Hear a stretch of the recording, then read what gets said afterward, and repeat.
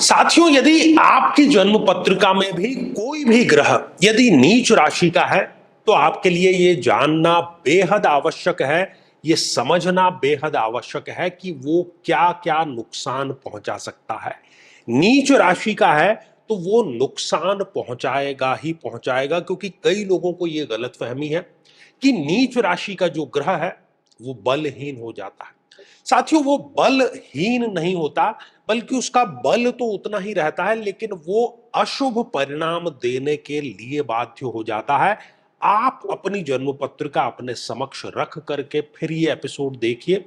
हम पूरे विस्तार से बात कर रहे हैं, प्रत्येक लग्न में प्रत्येक ग्रह की बात कर रहे हैं। यहां आई बटन में आपको उसका लिंक मिल जाएगा। आप अपने ग्रह अपने लग्न से संबंधित एपिसोड जो है वो जरूर देखें।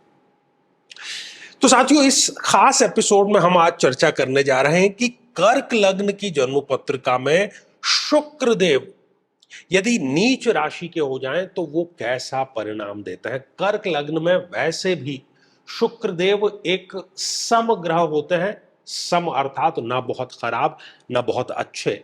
लेकिन यदि वो नीच राशि के होकर के और इस तृतीय भाव में विराजमान हो जाते हैं तो वो अशुभ रिजल्ट प्रदान करने के लिए बाध्य हो जाएंगे। शुक्र क्या है? शुक्र हमारे जीवन में आनंद, ऐश्वर्य, वैभव, भौतिक सुखों, इन सब का कारक है। तो इनडायरेक्टली यदि हम बात करें तो विवाह का जो सुख है, शादी का जो सुख है, उससे व्यक्ति को ये वंचित करने का कार्य करता है। शादी में बहुत डीले होता है, या शादी हो भी जाए तो शादी के जो सुख हैं उससे व्यक्ति वंचित रहता है, जिसको हम दाम्पत्य जीवन के सुख भी कहते हैं। अभी हमने बात की कि ये भौतिक सुखों का कारक है।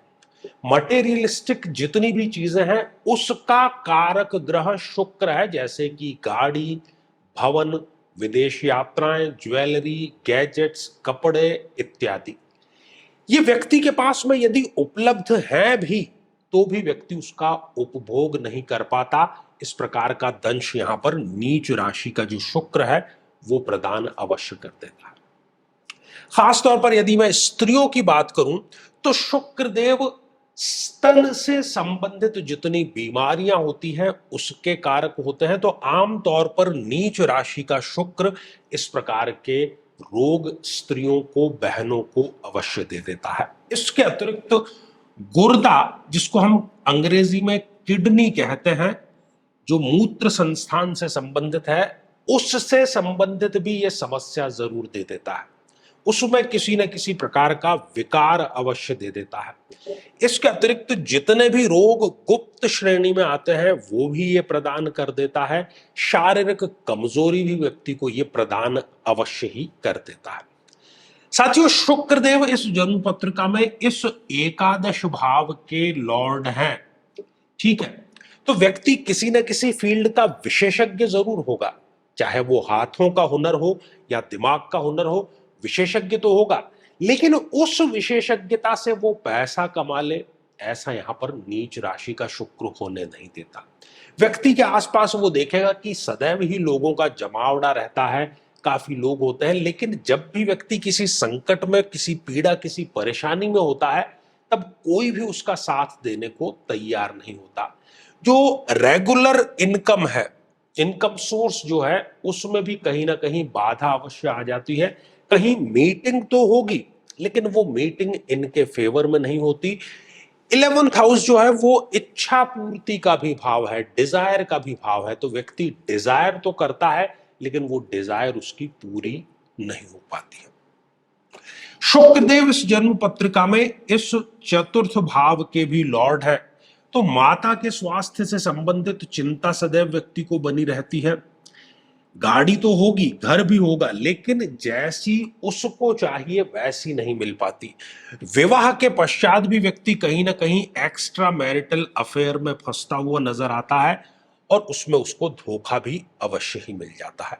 शुक्र स्वयं इस तृतीय भाव में आकर के नीच राशि के हुए हैं, तो भाई से या भाई तुल्य लोगों से भी किसी न किसी प्रकार का बड़ा धोखा अवश्य मिलता है। रिस्क लेकर के यदि कोई बहुत बड़ा कार्य किया है व्यक्ति को तो उसमें भी घाटा उसको अवश्य हो जाता है। और साथ ही सपने बहुत बड़े होते हैं, लेकिन धरातल पर उसके लिए कोई कदम नहीं उठाया जाता है। शुक्रदेव को यहां से सप्तम दृष्टि से इस भाग्य स्थान को देखने का कार्य कर रहे हैं, तो भाग्य साथ देने वाला नहीं होता है। व्यक्ति नास्तिक तक हो जाता है, यही कहता वो मिलता है कि जब ईश्वर ने मेरे लिए कुछ नहीं किया तो मैं भी उसकी आराधना क्यों करूं। छोटी बड़ी विदेश यात्राएं होती है, लेकिन वो भी किसी भी प्रकार की फ्रूटफुल यहां पर नहीं रह जाती है। तो साथियों, कर्क लग्न में शुक्र देव नीच राशि के होकर के क्या क्या दुष्परिणाम देते हैं वो हमने जाना। मैं समझता हूं कि आपने अपनी कुंडली समक्ष रख करके ये एपिसोड देखा होगा, तो आपको बात ठीक तरह से समझ में आ गई होगी। तो ये तो बात हुई समस्या की। इसका समाधान क्या है? इसका समाधान यह है कि आपका जो भी जीवन साथी है, आपका प्रेमी है, प्रेमिका है, पति है, पत्नी है, उसके प्रति सदैव आप लॉयल रहें, विश्वसनीय बने रहें, क्योंकि शुक्र जीवन साथी का कारक ग्रह होता है।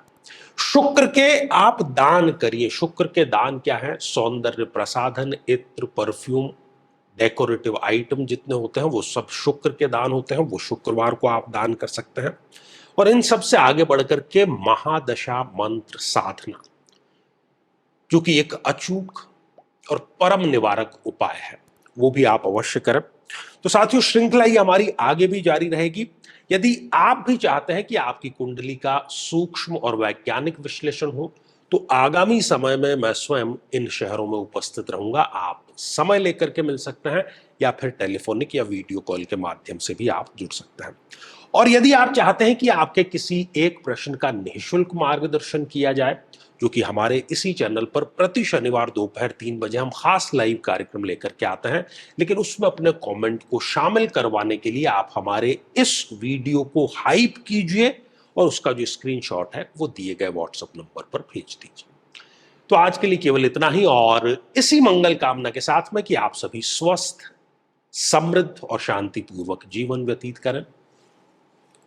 नमस्कार साथियों, कई वर्षों के जन्म पत्र का अध्ययन और लाखों कुंडलियों के अध्ययन के बाद हम ये कह सकते हैं कि यदि किसी की जन्म पत्रिका में राहु पीड़ित है, तो उसको इस ग्रह की महादशा में इन 9 लक्षणों का, इन 9 कष्टों का, पीड़ाओं का अवश्य सामना करना पड़ता है।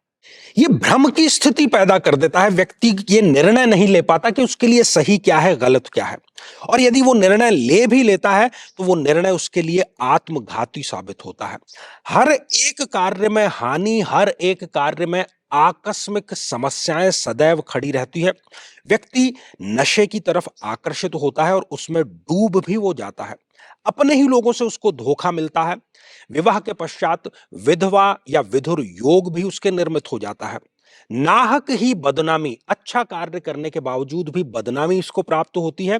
छोटी बड़ी जेल यात्रा का योग भी यहां पर निर्मित होता है और घर में सदैव गृह कलेश का वातावरण बना रहता है।